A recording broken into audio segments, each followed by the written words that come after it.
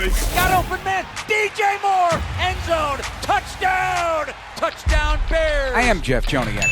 Blitz is on. Down he goes. Brisker. What was it like playing for Coach Ditka? I don't want to answer any questions like that. Pressure coming. He's in big trouble. Down he goes. Montez Sweat. And etc. Now, Bears Etc. brought to you by Geico, with the voices of the Bears, Jeff Joniak and Tom Thayer. Well, there's nothing better than a flight home after a big win, even more when it's coming back from London after a week in the English countryside. And that's an investment of time away and adapting to prepare for a game in a training campish way. The Bears hammered Jacksonville coming out of that 35-16 with Super Bowl winning Bears guard Tom Thayer. I'm Jeff Joniak. Welcome into episode 102 of the Bears Etc. podcast. We're brought to you by Geico. Bears 4-2 through 6 weeks, extending their designated home winning streak to 9, the longest since 05-06, and again, the longest active streak in the NFL. Longest stretch by a defense of sub-21-point scoring, the longest since the 2005 Bears defense. So much to get into, Tom. Wow. But welcome back. We survived. We survived London. Do you feel closer to me now that you spent a week in the English countryside? I do. We didn't really get on each other's nerves. A few pot shots here and there, but we enjoyed a couple of adult beverages. We enjoyed some dinners, some lunches, some breakfasts. So, yeah, all good. And we had a great time calling that game.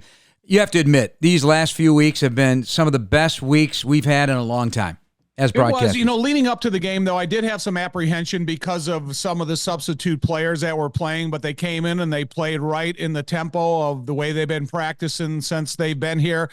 And I think the efficiency of the way they went about business last week in the English countryside, more of a training camp atmosphere, I think it paid dividends in the game. Yeah, and as far as you and I are concerned, we got to know some of the guys a little bit better. Yeah. Some guys you had never even met, and I always want them to meet you. You got a lot of knowledge, a lot of background. You wear that bear color proudly for some 40 years of your life as a player and a broadcaster, and certainly as a homegrown fan. So it's in a casual surrounding. It's not like everything we're talking about at that point is football. It's just kind of fun sitting around a table in a cafeteria that is just idle conversation. All right, let's break things down. We'll hear from head coach Matt Eberflus coming up as well. And we should also tell you the Chicago Bears and PNC are supporting Chicago's small business community. If your small business is in the food service industry, head over to chicagobears.com/smallbusiness, all pros, to submit your application to get a 2-week marketing partnership with the Bears. So apply now. Let's start on the offense. Let's start with Caleb Williams. I think we're all very impressed with what's going on here. If you just slow the tape down and watch him go through progressions alone, you're impressed. I mentioned with Flus that we'll get into about his rapid fire, getting rid of the football, and his accuracy with that. High percentage completion and touchdowns after that. The blitzes that are coming at him, he's definitely sliding by. Yeah, he's been sacked in a tight pocket a few times here, even in this game. But overall, the arrow, if this were a diagram again, Tom, the graph would be just one giant straight line up. Since the existence of the NFL, you're never going to talk about the quarterback as an individual accomplishment. It's how do you factor in the system and the team that you're playing with. And I think the development of not only the offensive assets that Caleb has at his disposal, but also the entirety of learning the offense and the improvement from week 1 to, what are we, in week 6 now? Through week 6, yep. Yeah, and I just think it's an incredible accomplishment by the Bears team, the Bears offense, the Bears coaching staff. And so Caleb is a huge part of it and a huge part of where they're going. But the overall performance of the wily veterans like DJ and Keenan to the young guys like Rome, and I still consider guys like Cole a young guy and another veteran in DeAndre. Back-to-back weeks, the offense scoring 5 touchdowns, first time in 68 years, Tom. Back to 1956. I mean, come on. Yeah, well, we used to run the ball in the 80s, so it was more of a time consumption type of offense. No, I'm kind of joking about that. And listen, it's a part of the explosiveness of this offense, and I think it's been talked about almost ad nauseum throughout the entire offseason that if the Bears were able to use all these weapons they have, it could be this type of a scoring offense, and kept there's only one football. We know that. but look at how it's being distributed and efficiently, profited by. All right, let's look at that. Targets are pretty much even across the board. DJ's got the most, but it's not by a big margin.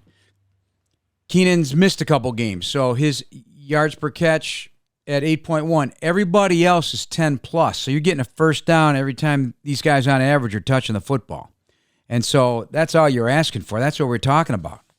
This is good stuff. The thing about it is, I guess you can talk about football and offensive football balance in a couple different ways. What is your run to pass ratio? And then is one guy being isolated so much that now the defense can try to factor him out of the game and then try to challenge you to get to the other components of your offense. But that's the great thing about this. And you talk about the amount of equal targeting. It's super difficult for an opponent's defense to just try to take one player out of the mix. Yeah. So right now the Bears are 43% running the ball and 57% throwing the ball. So I can live with that. Yeah, 100%. That's very solid right there. And the balance on Sunday was incredible, as it turned out. So in terms of the defense now, before we get into Flus, what are they doing that you didn't expect them to be doing at a high level right now? Because obviously they're number one in the league in taking the ball away since the start of last year. They're among the tops. They are the tops now in points off turnovers at 54 points. Pass rush, maybe. I would say, if I had to answer my own question, I'd say pass rush is better than I thought it would be, actually, right now. I think they're undetectable. So you can't preemptively get ready for what they're showing at the line of scrimmage because they have deployable weapons, as you always like to say, between Brisker, between Kyler Gordon, between Tremaine and TJ Edwards, and even Jack Sanborn for that matter. So when you come to the line of scrimmage as an offensive line, you understand what the protection called in the huddle. You look at all of your commitments that include a linebacker. So now all of a sudden you have Jaquan Brisker or Kyler Gordon that come in and out of your responsibility. Now you're putting thinking and confusion in the head of the responsibility, but you're also making the quarterback responsible for one of those guys. So that's what I mean about undetectable. It's, the efficiency of 8 defensive linemen. They all have different asset abilities about their type of game, but it's the way that they put the assets in motion to make them undetectable according to what they listen to in the huddle and what they're seeing at the line of scrimmage. Okay, Tom, this is a great entree to this question. If you were an offensive game planner right now looking at the Bears defense, what are the things that you have to concern yourself with? But they just play hard. They play hard. They get in your face. They hit you hard. There's hustle on this team. How, as an offensive coordinator, are you looking at the Bears defense right now? I need to have the commitment out of my offensive tackles to be primarily responsible on a one-on-one commitment to the defensive ends that they're facing, because I need multiple bodies on the inside to be able to take care of the first level, and that could be Billing and Javon Dexter along with Tremaine, TJ, Kyler, and Jaquan. And I need multiple bodies to take those guys out of the mix. And then if it's a running game, I need a commitment to a point of attack run, because I need an organized plan of attack exactly where I'm going with it, no matter what the Bears are going to do. And I'm not giving away secrets about what I would do if I'm looking at to block the Bears. But primarily, I need my offensive tackles committed to the defensive end position, both run and pass. I think big picture, you're worried about how many points you're going to be able to score because they're not letting you score. Right. And, the thing about it over the last 2 weeks, Jeff, even though that Jacksonville Jaguars opened up with a 12-play drive, I believe, and they were limited to a field goal. And you look at Carolina last week with Andy Dalton and experience at the quarterback position. They're limited to field goals. Same thing with the Rams a couple weeks ago with experience at the quarterback. They're limited to field goals. And we sit up there in the booth now for almost 30 years, and every time we think about field goals, we always say field goals will get you beat. And that's what this defense is doing, is keeping the opponent out of the end zone and making them settle for 3. All right, let's get the status from Hallis from Bears head coach Matt Eberflus. And Bears fans, Steinhafels, a proud partner of the Chicago Bears. This Bears season, Steinhafels is partnering with Special Spaces Illinois to create dream bedrooms for children battling cancer. For every false start caused by Bears defense during a home game, Steinhafels donates $1,000 to Special Spaces Illinois. Shop in-store and online at steinhafels.com. and the Bears are forcing a fair number of false starts already this season. All right, here's my conversation with the head coach. First of all, congratulations on what's transpired. Not only the winning streak, that's obviously the fruits of the labor, but what's been going on between the coaching staff and the players and the communication that we've been talking about for weeks now, but it's evident in the way you guys are playing and the way the respect, the mutual respect for one another, teammate to teammate and coach to teammate is really taking off, Matt. Really impressed. How do you feel about it? I feel good about it, because the foundation that's been laid for a couple of years now. We started off in 22 and then working into 23 of building that foundation of, mutual respect, how we respect everybody in the building, and really working to get the right answer, not necessarily your answer, going forward. And that could be anything in performance, in training, if it's nutrition, whatever that might be for that particular player. I mean, it's all about the players always, right? So we're always trying to, the players are the performers. We're always trying to put them in the best position to perform. And that's no different with what we're seeing now in terms of the communication and putting guys in position, to make plays. And that's going to be ongoing. That's an ongoing process as you go during the course of the season. You're going to have adversities during the course of a game. You're going to have adversities during the course of the season. But the communication has to be there, and it's got to be on point in terms of what you're going to pivot to or move to next to get the job done. It really boils down to one simple word. It's trust. If there's a lack of trust in either direction, then, progress is probably going to be muted. Would you agree with that? Yeah, and I trust the leadership of this football team. They've done a really good job. Not only the captains, but throughout. The guys that are, the younger players that are developing, or if it's the guys that have roles, certain roles on our team. And but those guys have all worked together for a common goal. That's just working to be our very best on Sunday and getting better every single week. You learn a little something more every day, let alone every week, about every performance. What'd you learn this week? What did you learn about your football team this week? Yeah, I learned that they can handle adversity in game. There was a lot of adversity. We didn't start out the way we wanted to. On offense, we had a couple of 3-and-outs. Defensively, they had a long drive. We did a nice job in the red zone of stopping them. And then we just know that we just stay at it. We just stay at it and keep going. And, it's always about execution and always about us being on the same page, in terms of that execution, all 11 of us out there at the same time. And we just kept pressing forward, and eventually it turned our way. But all games are different, and you can't really predict exactly how it's going to be. You can predict some things, but there's unforeseen events that happen during the course of the game, and you have to be able to respond to those rather than react. Obviously, fans are going bananas. I mean, the whole week in London, anytime you met a fan, it's all about Caleb. And I know it's the team, but his attention is obvious. It is, and we knew it would be this way. But, I mean, we're talking about people coming up with research about things that haven't happened since 1970 or 1958 in terms of the passing game. I know it's early, but I don't know how you look at that, or even if you look at that, but it's pretty eye-opening what's going on here. And it's just the beginning. It's like new floors keep getting set, and we know that ceiling is super high, right? Yeah, you can look at those things, but you know how the football season is. It's all about right here, right now. Yeah. So we have to really do a good job of focusing on where our feet are, and our feet are planted right here after week 6 in a bye week. And we're going to focus on getting ourselves better. I will meet with the coordinators here this morning, and we'll outline 2 or 3 items we need to improve on offense, defense, and special teams. And then we'll have an outline for how we're going to get that done in the meetings, in drill work, in practice, and then in the game. So, and then we'll follow through with checkups on those items. So it's important that we do a good job of detailing this plan during the course of the bye week. And it's no different than any other bye week we've had since we've been here. And it's important that the individual position coaches meet with the individual players in terms of 1 or 2 items they can get better at, in terms of their fundamentals and technique. So we'll be looking at that over the next couple of days, get that to the players when they come back on the bonus Monday next week.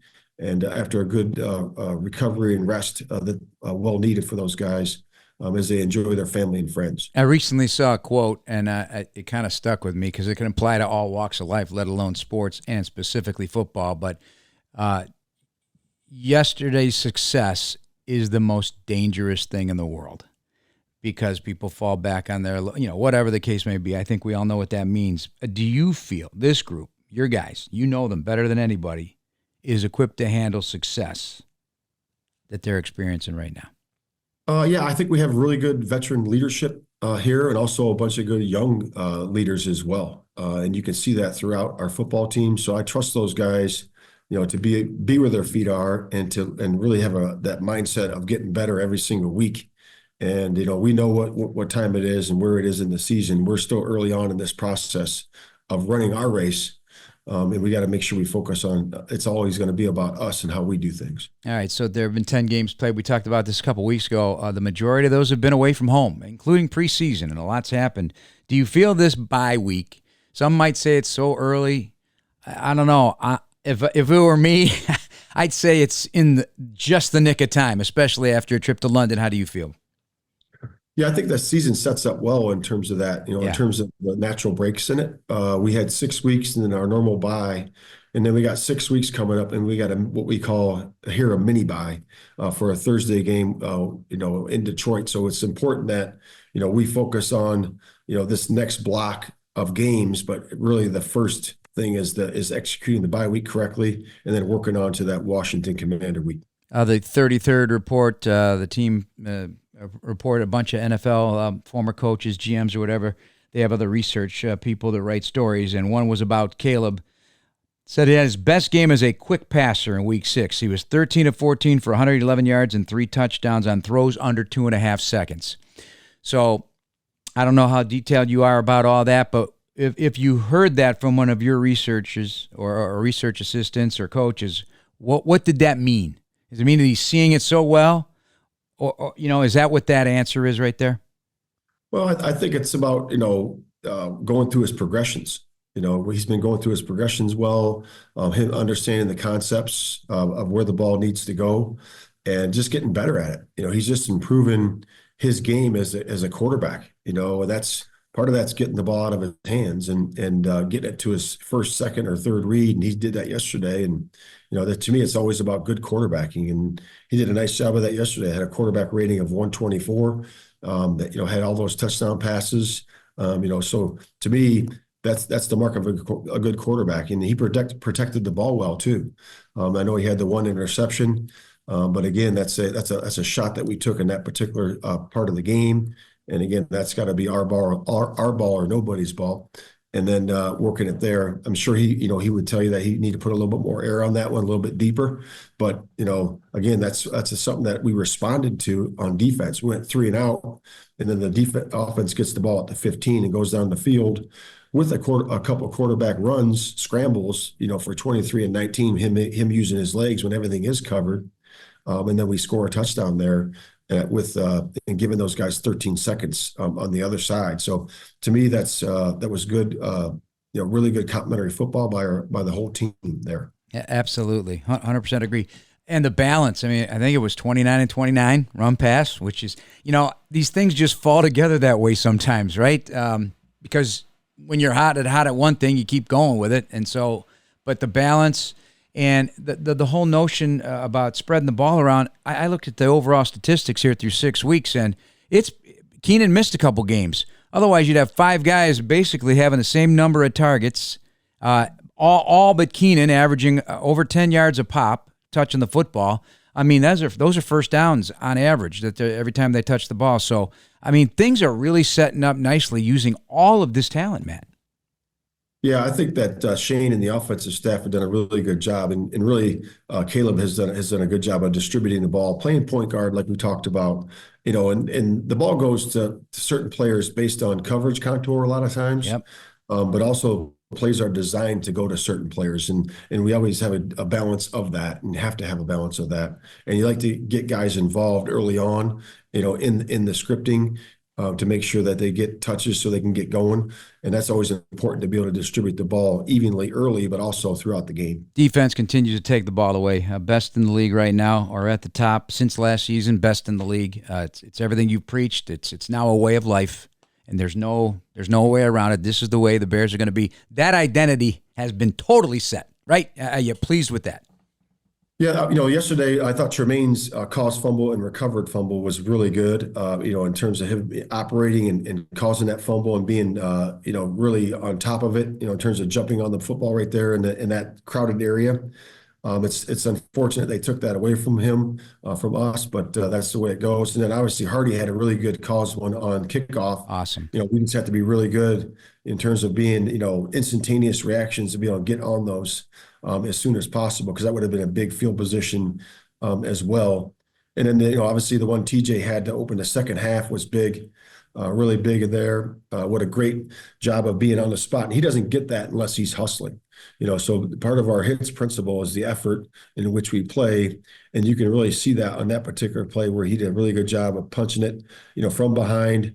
That particular player didn't have 5 points of pressure or a lockup on it, so did a really good job with that. And then obviously Elijah with a nice return for, I think it was 19 yards to the 41, I believe, somewhere in there on the plus side.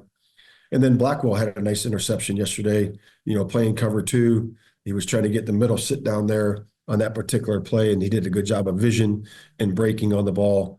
So we just need a little bit better return on that one. Got to get the offensive lineman blocked, and then we'll be up the sideline. But to answer your question there, Jeff, it's something that we do in practice. It's something that's important to us, something that's emphasized not only by the coaches, it's emphasized from the inside out. And that's when it works best. All right, and then lastly, and we'll let you go. Appreciate it. I could talk defense all day with you. Tried to hit all these points, hard to do, but the blitzing, the well-timed blitzing. We always think of just the pass game, but your run blitzes have been very beneficial as well. And Kyler Gordon, a big part of that. TJ Edwards, a big part of that. Kyler's game was sensational. Saw him after the game. I said, man, you had me so excited about your performance. He was slithery and nasty. He was awesome.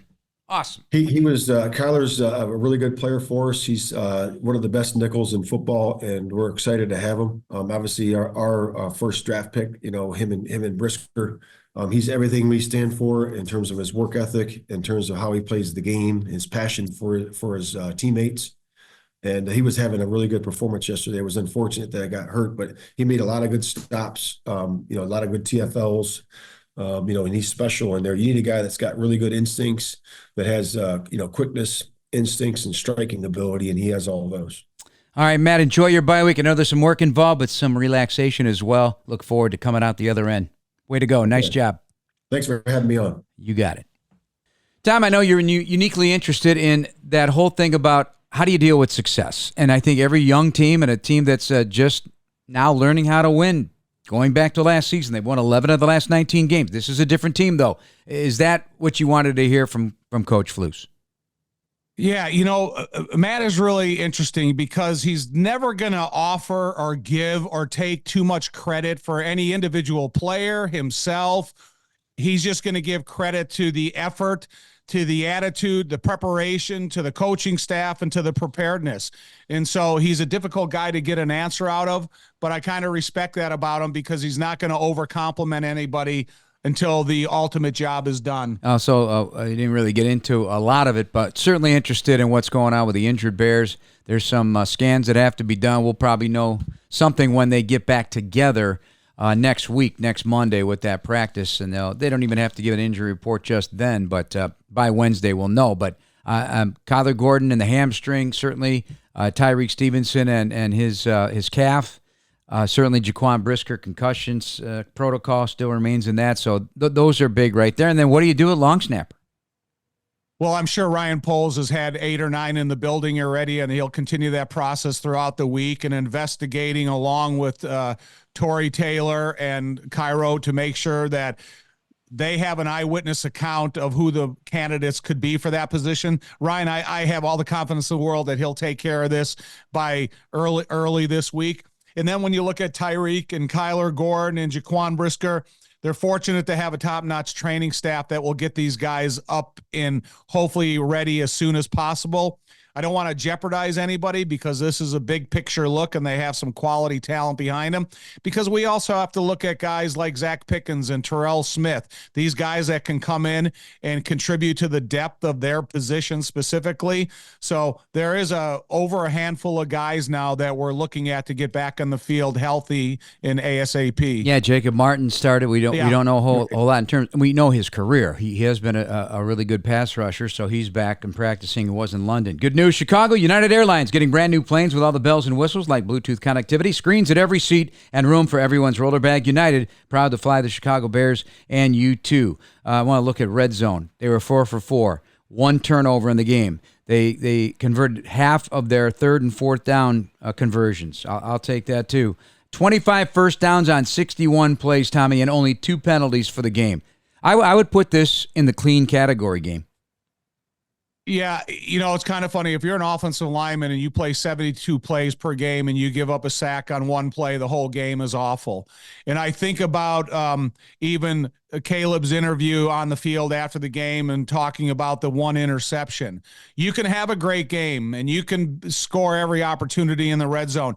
You can make scrambling plays or great reads like to Cole Kmet. But it's that 1 play that always comes back and haunts you. And I'm not belittling the effort that the Bears put in or Caleb himself, but it's always that 1 play that you want to make sure that you don't make that mistake again. So, excited to see what will happen with that. Who's a leading receiver among running backs in the NFL over the last 3 weeks? DeAndre Swift. DeAndre Swift with 147. Outstanding. Rushing touchdowns, 3. He's in the top 5 of just about every statistic. And so that's important because of the early lack of success and concern. But we knew what he's capable of doing in this offense. You said it a long time ago. You said this offense is going to run through DeAndre Swift.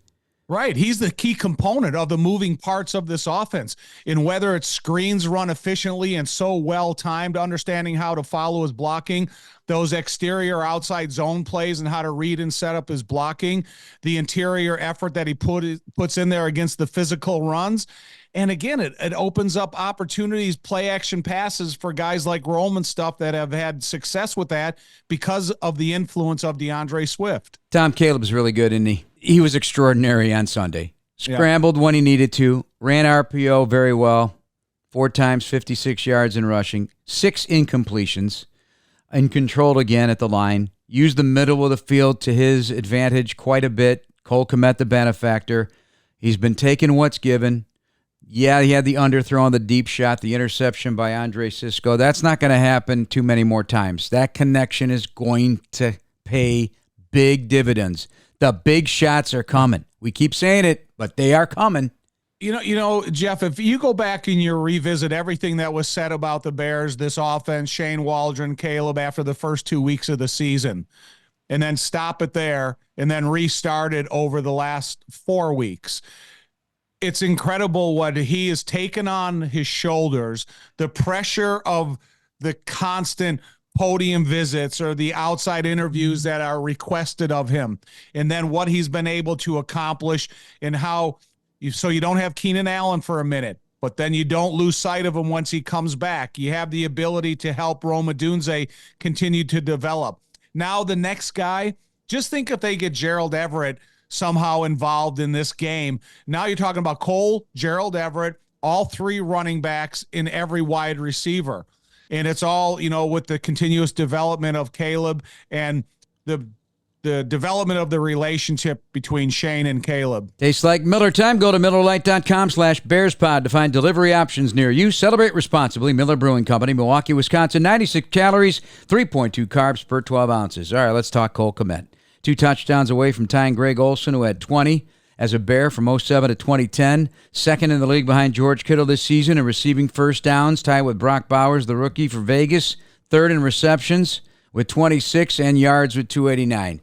Plus, the long snapping last week, or I should say the short snapping for the field goals. He didn't have to long snap a punt. And then the blocking he's asked to do, those wham blocks, the perimeter work. He's doing a lot, Tom. Everything that's asked of him. You know, when you look at what the tight end has to do in a modern day NFL offense, when you play H-back, you're leading and you're trapping, you're wham blocking, you're playing point of attack tight end, you're going downfield, you're a red zone target.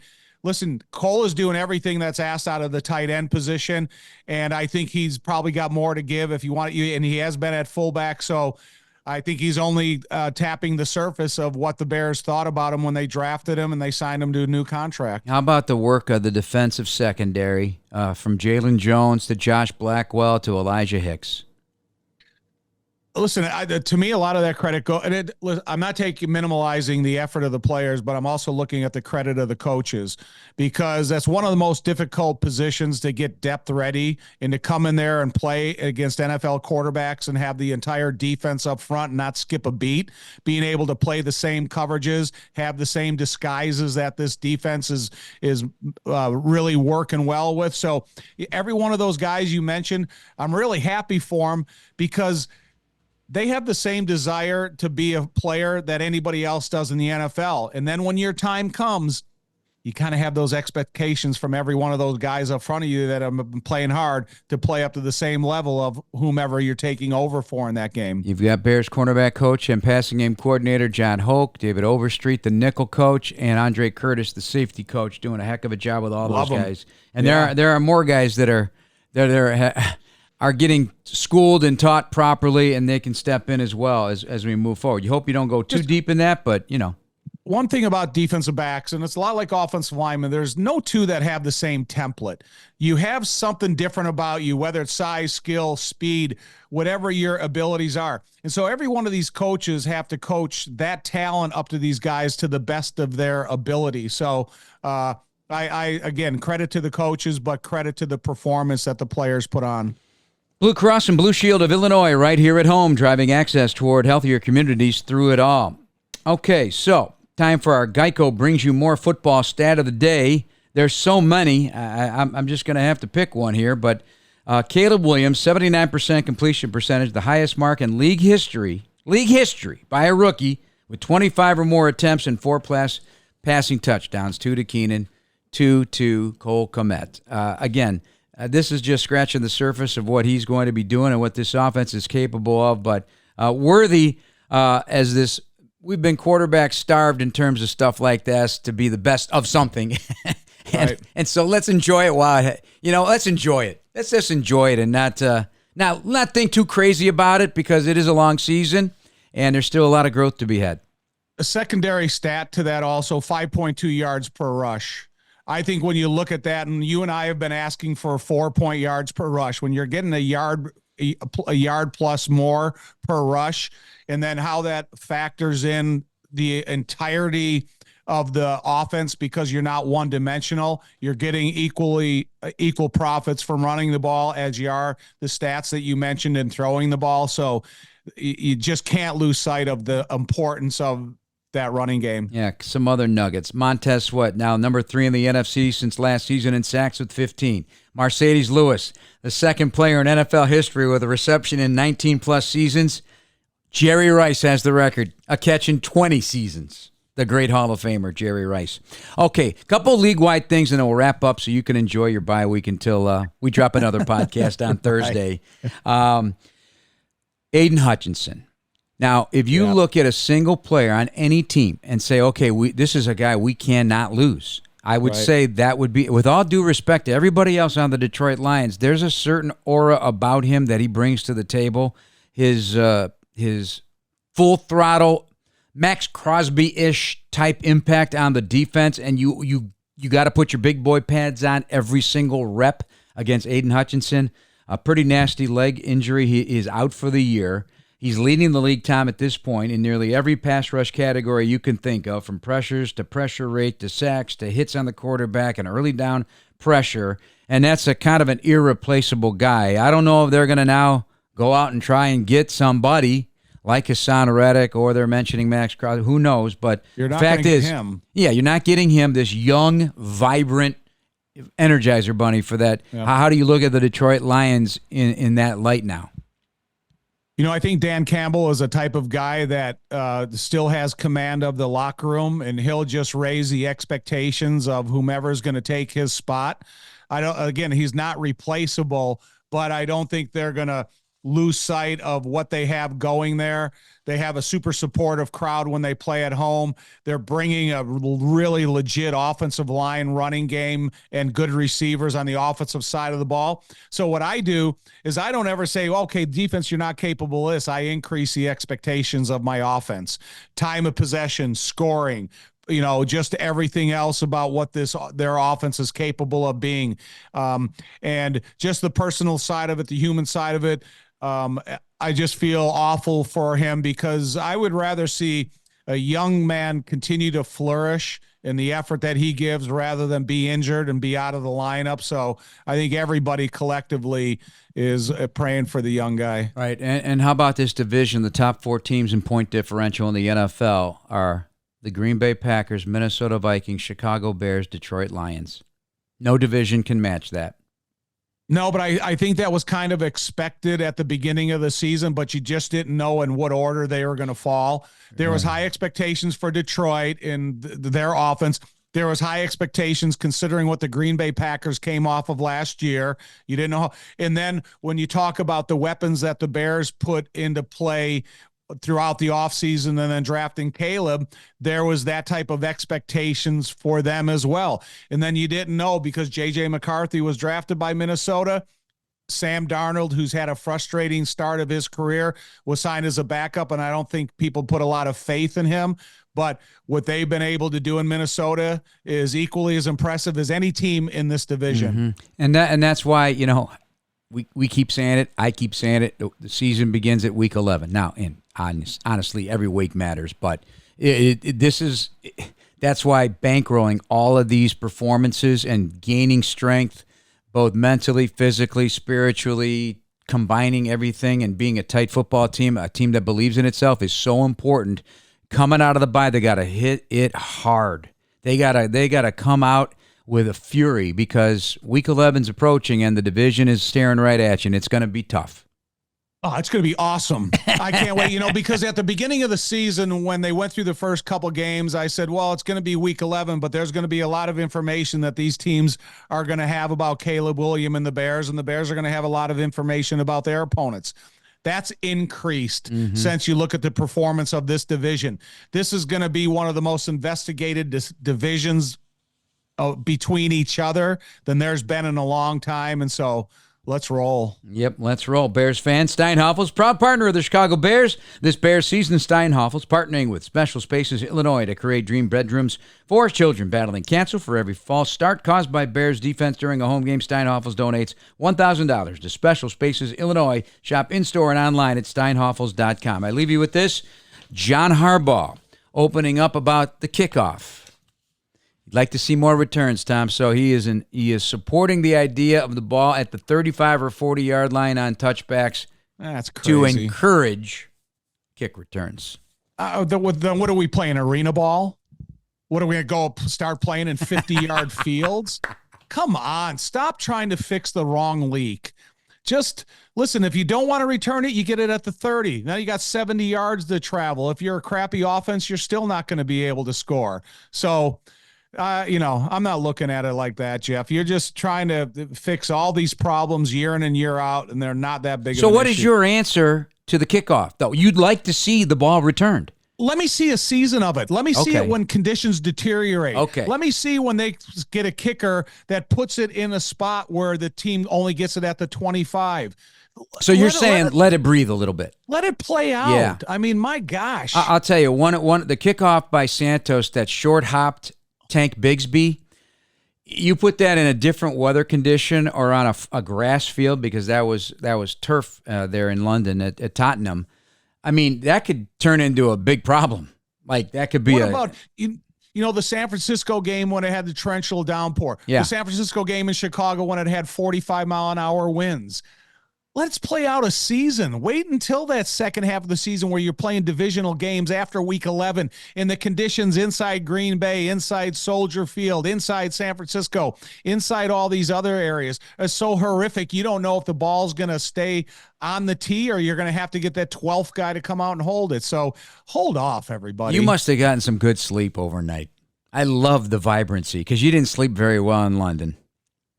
Listen, man, I was ready to roll as soon as I got home, and it's just that I just don't want to sit here and listen to as a coach's complaint about something that is irrelevant to their concerns. All right, Big Tom. We will wrap this thing up and be back with you on Thursday for another episode. Obviously, it's the bye week, so we will have a surprise or two along the way, but we'll look ahead a little bit. We'll look at Flus even said he's looking at this in 6-game chunks, kind of. There's natural breaks, so we'll take stock a little bit. You good with that?